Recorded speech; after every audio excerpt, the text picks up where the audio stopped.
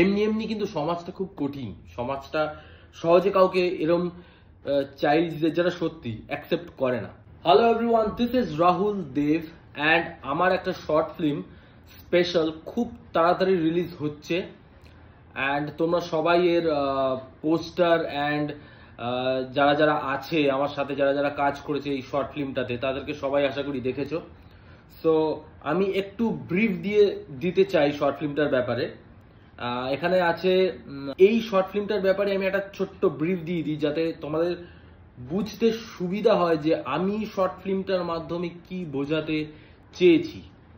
Short ফিল্মটার নাম হচ্ছে special, কারণ আমরা সবাই ডিসেবলড, হ্যান্ডিক্যাপ, পঙ্গু বা যারা হয়তো আমাদের মতন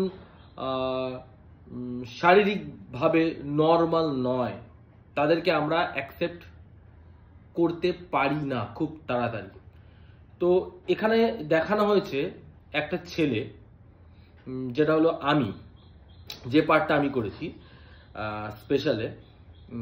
এই ছেলেটি না শুনতে পারে না বলতে পারে, শারীরিকভাবেও ছেলেটি অতটা পারফেক্ট নয়, মানে হাত পা ঠিকঠাক চলে না, বডি ঠিকঠাক মুভ করে না, বাট ও সবকিছু বুঝতে পারে এবং দেখতে পারে, অবজার্ভ করতে পারে। ছেলেটা এইটা প্রুভ করতে চায় যে যদি ডিসেবলড ছেলেরা, স্পেশাল চাইল্ডরা বা হ্যান্ডিক্যাপরা চেষ্টা করে, তাদেরকে এফোর্ট দিতে হবে যে যারা সমাজ তাদেরকে অ্যাকসেপ্ট করে।